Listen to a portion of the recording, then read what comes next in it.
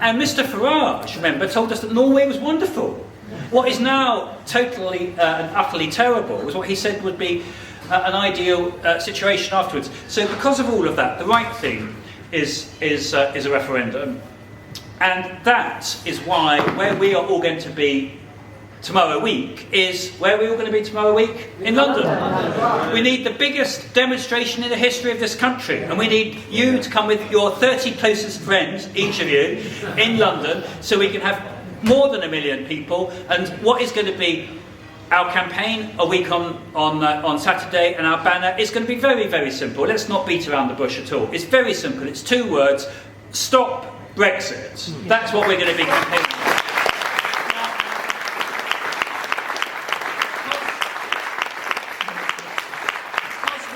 Because we're Democrats, the way we're going to do stop Brexit is through a referendum. It may be, and I'm the bearer of some bad news, that we have to go through an additional trauma, which is it may be we have to go through an election before we get to a referendum. I hope not, because that's not desirable at all. Because, of course, an election isn't great as a way of resolving this, because almost certainly the election isn't going to produce a majority.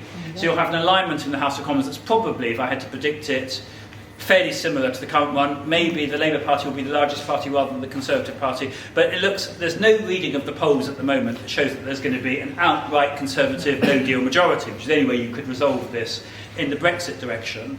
And so if you have another deadlock Parliament after a bitter general election campaign, I think it's only a matter of time, maybe after another EU negotiation after that, that you go to a referendum. Now, Lloyd George, great Liberal, because I'm aware that there are lots of Liberal Democrats here too, so I like quoting Lloyd George. Lloyd George famously said, "It is advisable when traversing a chasm to do so in one leap."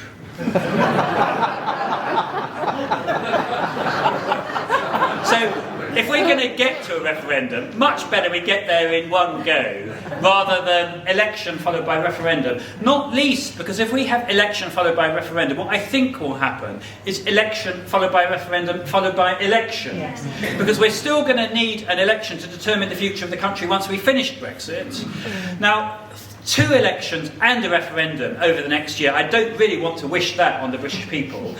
Yesterday was Spanish National Day, and I went to pay my respects, because I'm doing this a lot now, to our EU ambassadors, not least to tell them how much we value them and their citizens in this country, because at the moment they feel like non-people. I mean, it's a disgraceful state of affairs. Did you hear the...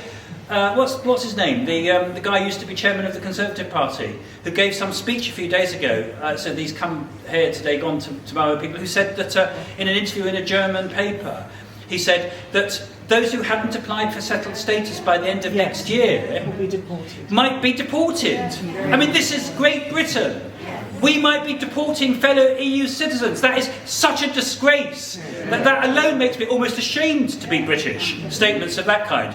But anyway, I went to pay my respects to the Spanish ambassador for 2 reasons. Firstly, to tell him that the Spanish in this country are completely welcome, and I will be personally at Heathrow Airport seeking to prevent the deportation of Spanish citizens if it comes to that next year.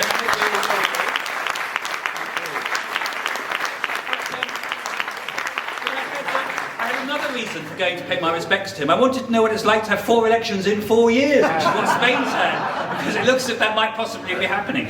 We don't want that to happen if at all possible. The best thing for the country is now to move to a referendum and then have an election after on the future of the country. And it's at that point I just want to wrap up, because at that election, and there'll be people here who support different political parties, but we should then have a debate about what the future should be. And there'll be people with differing views, but my view is that we have got to get to the root of this social crisis. We've got to invest more in communities that have been left behind, and that includes communities in all of our wealthier towns and cities as well, where there are lots of people being left behind. We've got to deal with the homelessness crisis. We've got to put the NHS on a sustainable basis. We've got to invest in next generation education. We've got to offer a good deal to the 60% of young people who don't go on to university, but are at the moment with very few prospects in a non-functioning apprenticeship system, because we don't have an apprenticeship system remotely as good as the Dutch and the Germans. We need to get to grips with all of those big social issues. And my dream for the next year is that we deal with Brexit, we reject it democratically in a referendum, and then we move on to a settlement for the country which deals with the social causes of Brexit, because unless we deal with those social causes, we're not going to be able to heal the country and bring it together as we need to do. So what's my plea for the next year? What is, I think, going to unite us all? It is three things which we need to stand for. It's a referendum, it's Remain, and then it's reform. And the reform is not, as too many people say glibly, reform of Europe. Do you know, I think Europe works well. What has become clear over the last 3 years is the thing that doesn't work well is Westminster. It's our own system of government here that's not working well. That's what we need to put right. So if we can do referendum, Remain, reform, I think we can come through this as members of the European Union, but also dealing with the root causes of Brexit, which put us into this crisis in the first place. Thank you very much.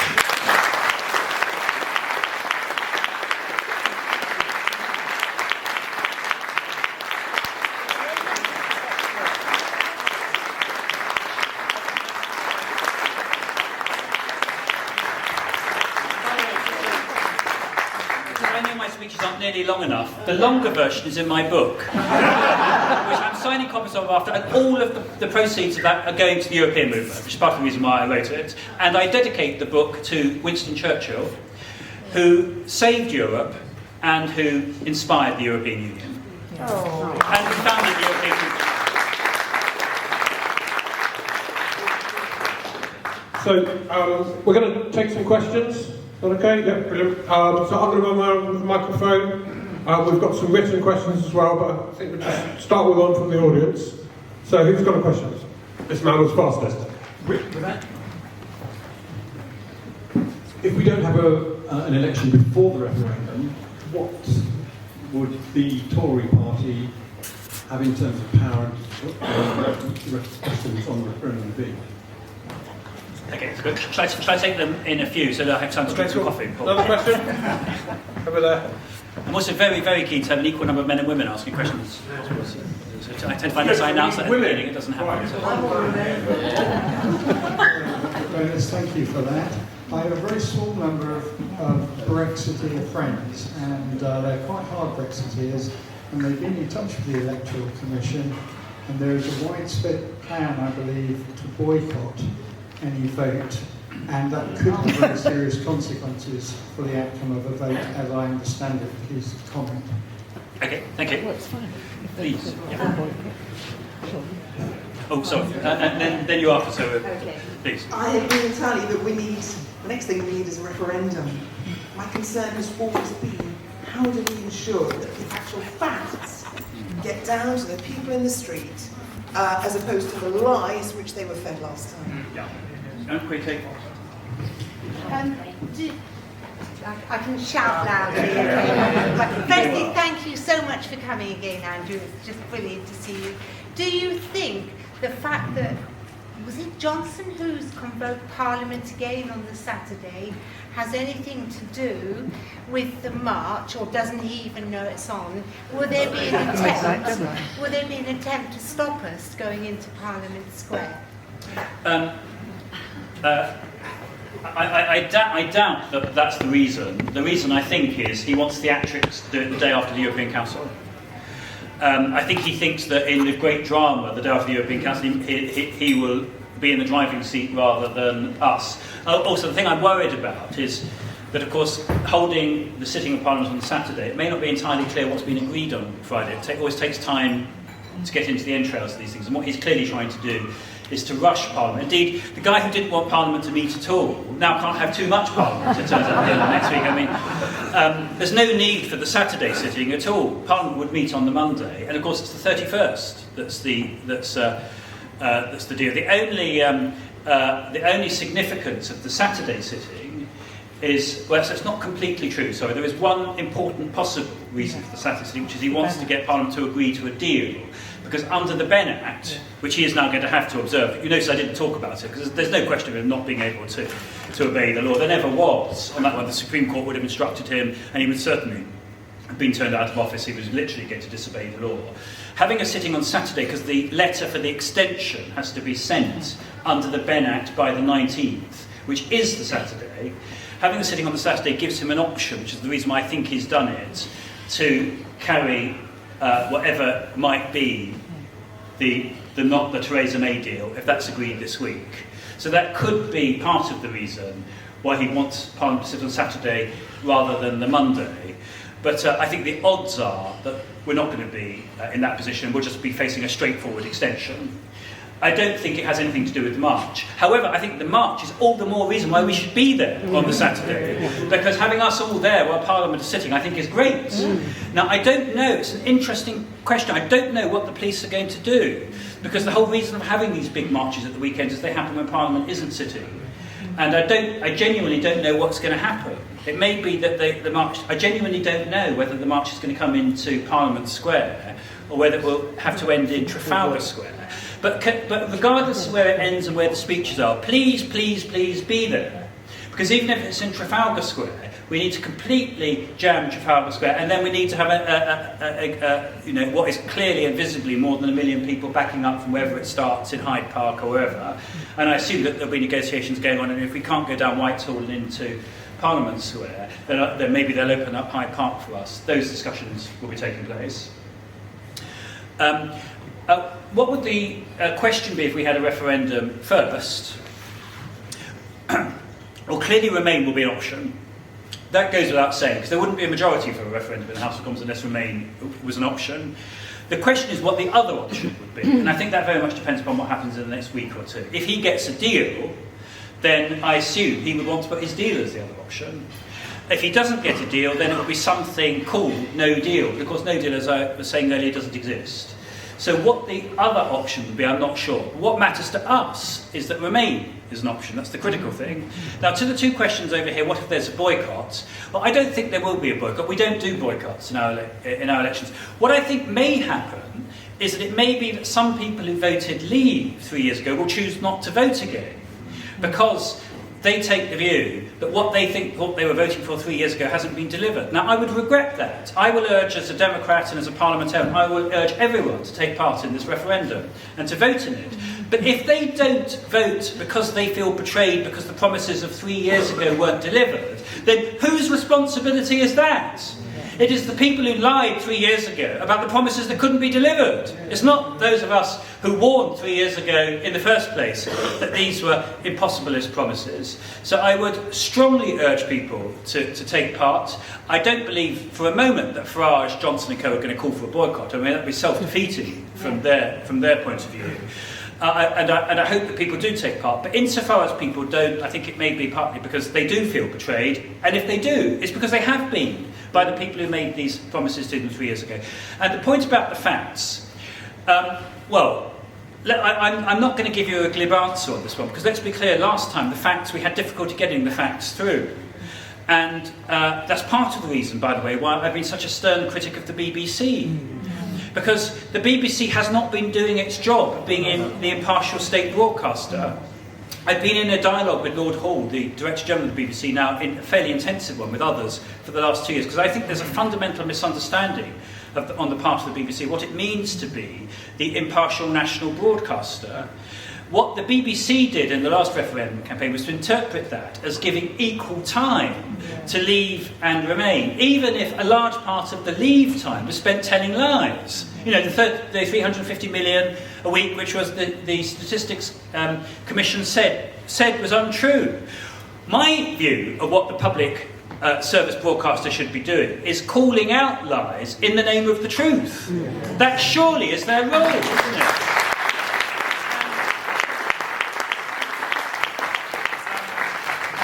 Doing that, and I can't glibly tell you that issue has been resolved. It hasn't been resolved at the moment, and you just need to listen to the Brexiters on the radio and the TV, and they are still spouting loads of lies all the time. So that is a real issue which isn't resolved at the moment, and we need to really work on it hard.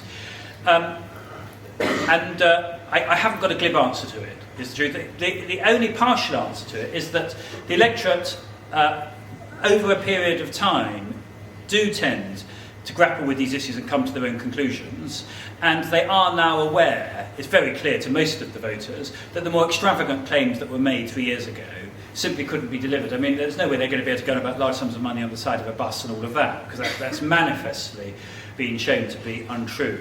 So I hope that just by this process of attrition that we've gone through the last 3 years, the more extravagant lies that I think did play a part. In particular, this idea that I think a lot of people had, which is that they would be better off by Brexit. I think that has now bitten the dust, and I think that's going to be really, really important to the next referendum campaign. Thank you. So we've got, some people don't like putting their hands up, so we've had papers where people have written down. So I'm going to read out 3 questions from the audience. So, first off, in an imminent election, how to avoid splitting the Remain vote? Second question, what happened to the unity government and the vote of no confidence in the pretender PM?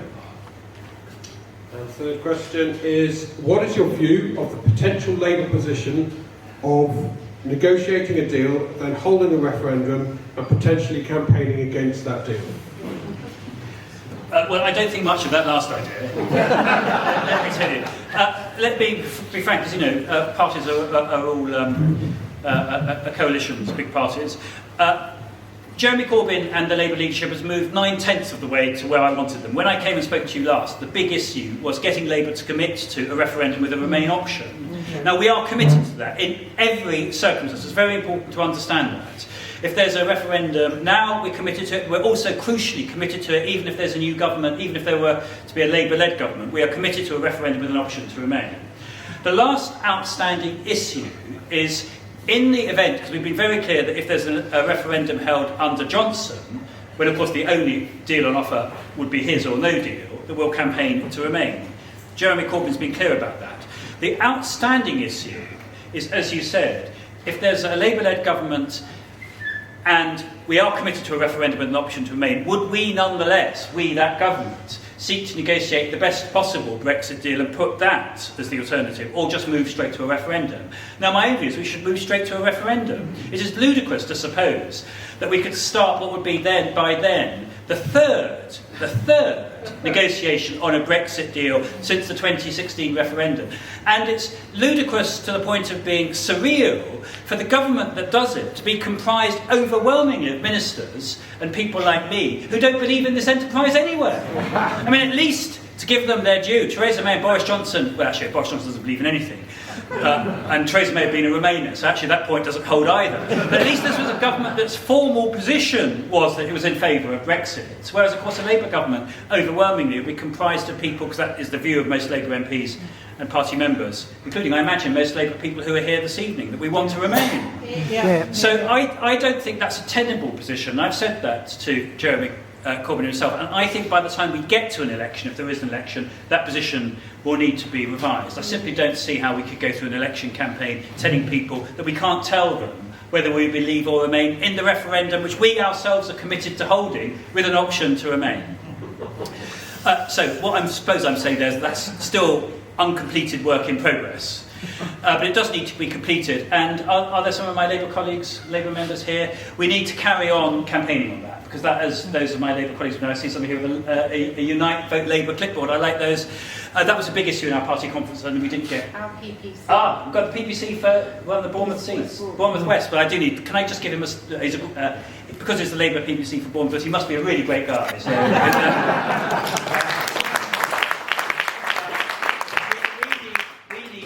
complete that work, and I think the Democrat one here as well. That's all right. There's a Liberal Democrat. Let's give him a round of applause. Which means we've got a Conservative. Green. We've got more here. We have the Government of National Unity.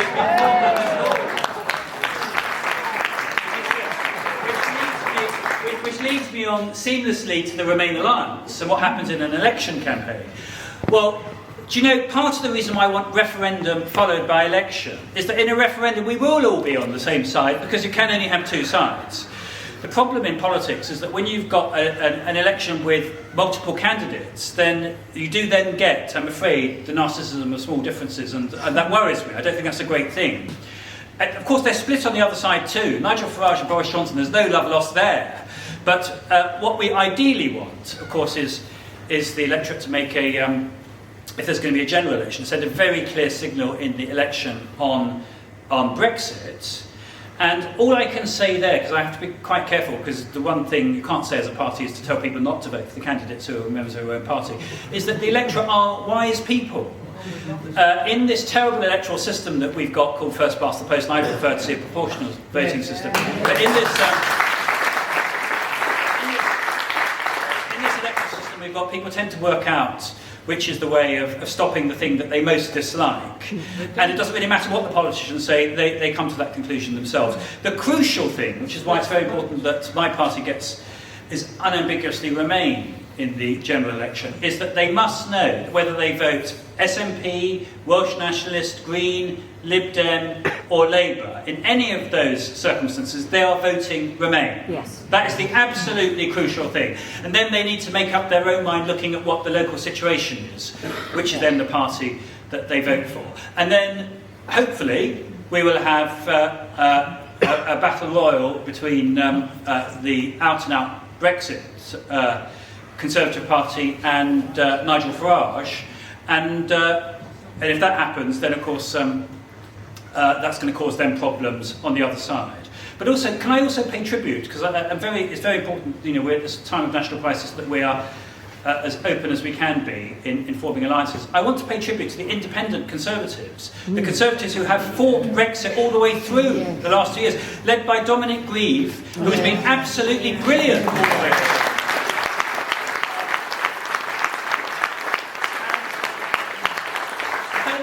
Noticed, but over the last month, virtually all of the Conservatives who are sensible, who anyone has heard of, apart from Boris Johnson, have been expelled from the Conservative Party. Why? Because they weren't prepared to vote for no deal. Including the former Chancellor of the Exchequer, Philip Hammond, the former Justice Secretary, David Gauke, and so on. And if they stand in the election, then I'm sure that the voters in their constituencies will want to take careful note of that fact too. Was there a question I didn't answer?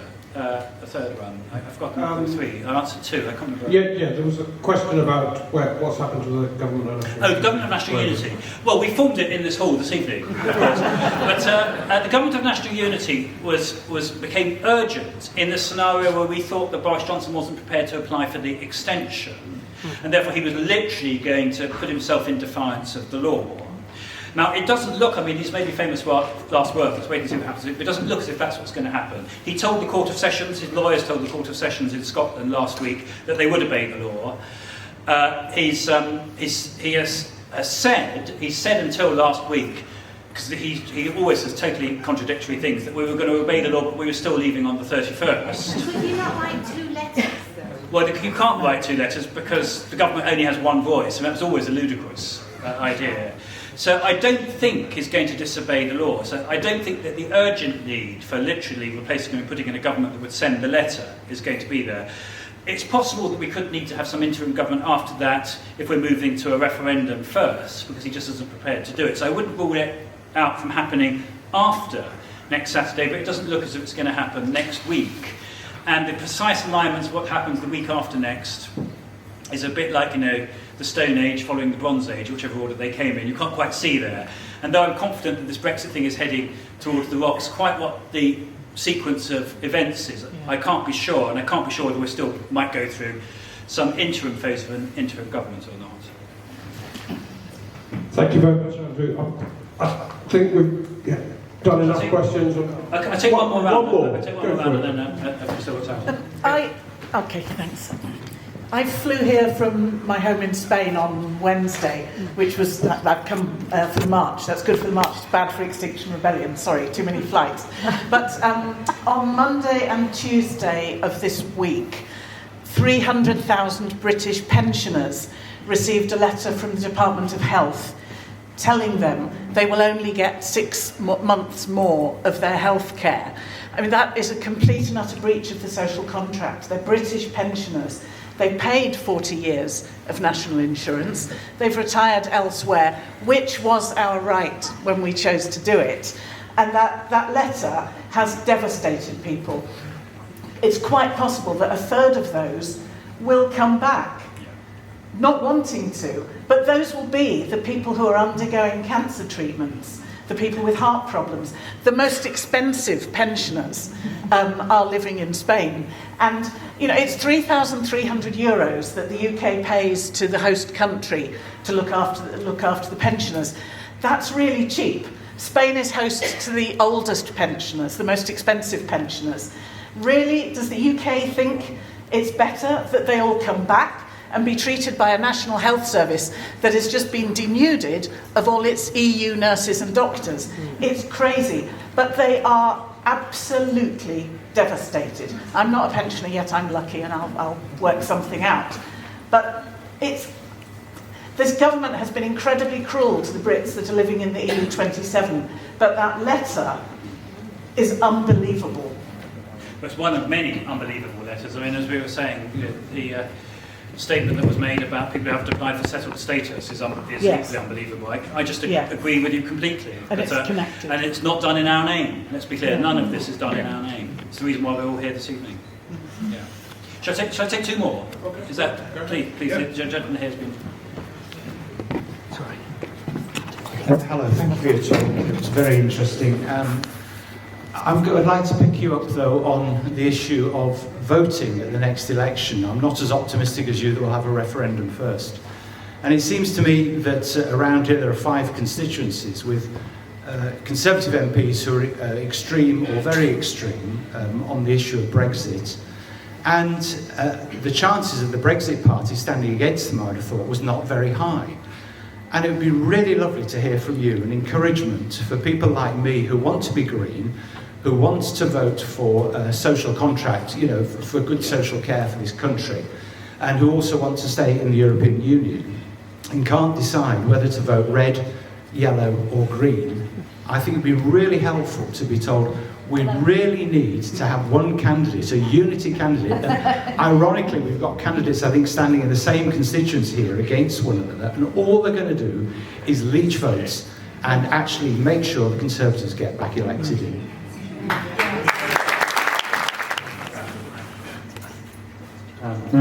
So I might be able to... I think I'm like a bit out of my depth because I can't really remember anything we've really spoken about. It was interesting, but I was having an argument with one of my neighbours about Brexit, and then I said, surely it would be better if you voted for a reform, not leaving. Then he said they've been trying to do that for years, and my only past, the only thing I know about previous politics has been from Adrian Moll, and there hasn't been any mention of, well, at least in Adrian Moll, he hasn't spoken about that. So has that actually been a big? Because I never heard anyone wanting to leave the EU until 3 years ago, but I wouldn't really remember if they did anything. So did they? Was that a thing? Is that nobody born in this century had a vote in the last referendum. Just think about that for a moment. No one born in this century had a vote. And it's all of those people who have been born in this millennium who are the ones who are going to have to pay the biggest price for Brexit. And what I think is that all 16 and 17-year-olds should have the vote in the next referendum. Part of the reason for having a referendum is so that the younger generation gets the vote. And then what we need to do is people like me need to turn up in the schools and the colleges and start explaining the history of the Brexit issue, what the arguments are on both sides, and the fact that you have got the votes. I know how politicians work, including all my colleagues who are party candidates. If they know that these schools and colleges have loads of voters in, then they will be the honeypots. I mean, they'll be there tomorrow, and they'll be taking their jobs seriously. So we can have that discussion and debate. And what you've said is completely right. A lot of younger people, they don't have a sense of the history of this.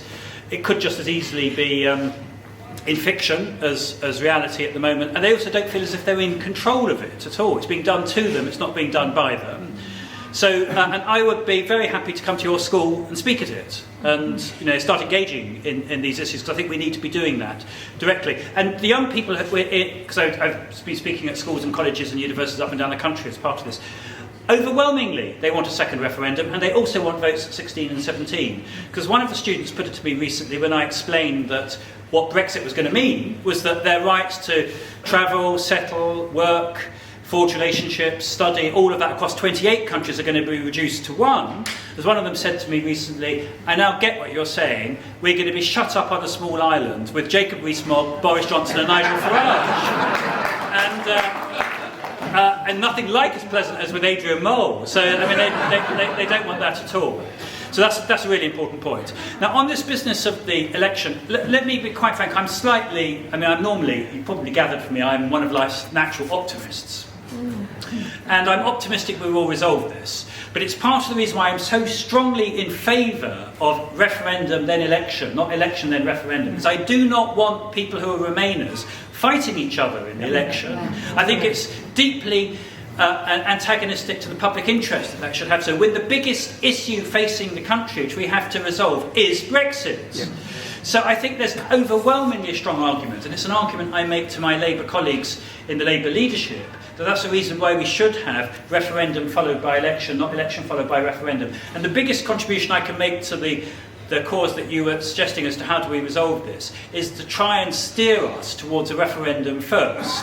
And all I would tell you is that that argument is not over yet. I think that we're still, in the last vote we had in the House of Commons on a referendum, we were just 12 votes short. I think it's distinctly possible there'll be a majority. So if, for example, he does come back with the deal, which is the Theresa May deal, and tries to put it to the House of Commons next Saturday, then you may remember the Kyle Wilson amendment, which sought to refer Theresa May's deal to the referendum. But that's the one that went down by 12 votes. There will certainly be a move to do that. Again, that would happen next Saturday, if that's what he tries to do, to table the deal again. And in the event of that happening, I think there's a very good chance we can carry that amendment with Jeremy Corbyn supporting it, because he did last time.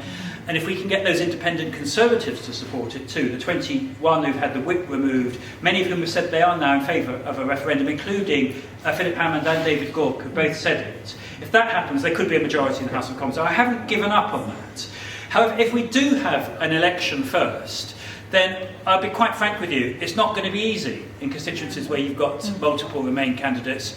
And I just have to leave it to the good sense of the voters at large to resolve that. But I hope we can get to referendum followed by election. And just to wrap up again, what we've got to do constantly in this game is remember Barack Obama said, when they go low, we go high. What we've got to do in this big debate on Europe is constantly to raise it to the higher level.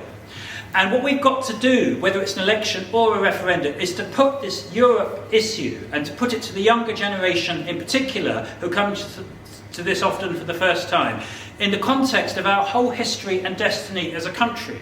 And our history and destiny as a country is to be a force for progress, for prosperity and for peace on our continent, and to deliver that for the next generation, and not disunity, poverty and war, which is what has disfigured Europe for most of the last 1,000 years. And the biggest argument I seek to make as I go around now to get it up to this higher level is that the European Union is the best peace project in the history of Europe. It is in many ways.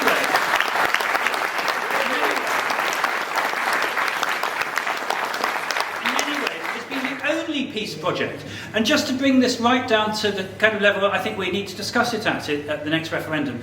2 days ago I was speaking at a school, in a big school hall in Wimbledon, in an old established, it's now a private school, but it used to be a grammar school. It was a large hall about this size, and at the back, facing me at the back, and I was doing it with a Liberal Democrat I was speaking alongside, and a Conservative who's strongly pro-European. At the back was a war memorial to the Second World War memorial, which that war memorial, these were just of old boys, it had been a boys' school, of that school, had 146 names on it. I know that because one of my colleagues was very long-winded and I counted them all from the front. Let's be clear, we do not want to go through another generation, let alone another century, where we inflict that on our young people. That is the big fundamental argument for staying in Europe. It is jaw, jaw, not war, war, which is what Winston Churchill said, and that is, I believe, the fundamental emotional argument that will win us the next referendum, and we shouldn't be afraid to be making it. Yeah.